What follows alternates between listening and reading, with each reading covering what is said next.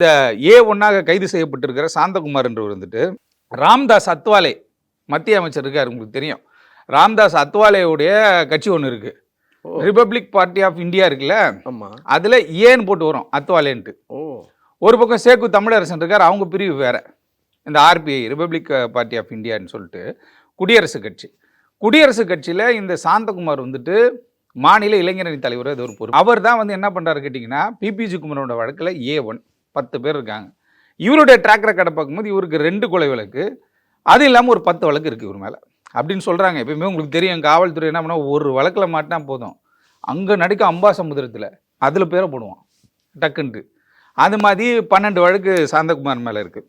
Fail கிடைக்குது. சங்கருடைய கொலை வழக்குலேருந்து இவங்க என்ன பண்ணுறாங்க அப்படின்னு கேட்டால், கூண்டாஸை உடச்சிட்டு வராங்க. வெளில வந்த பிறகு நேராக அட்வொகேட்டை பார்க்க போகிறாங்க. போலீஸ் தூக்கிட்டு போய் செவ்வாப்பட்டில் வச்சுட்டு நசரத் பட்ட லிமிட் போலீஸுக்கு ஃபோன் அடிக்கிறாங்க.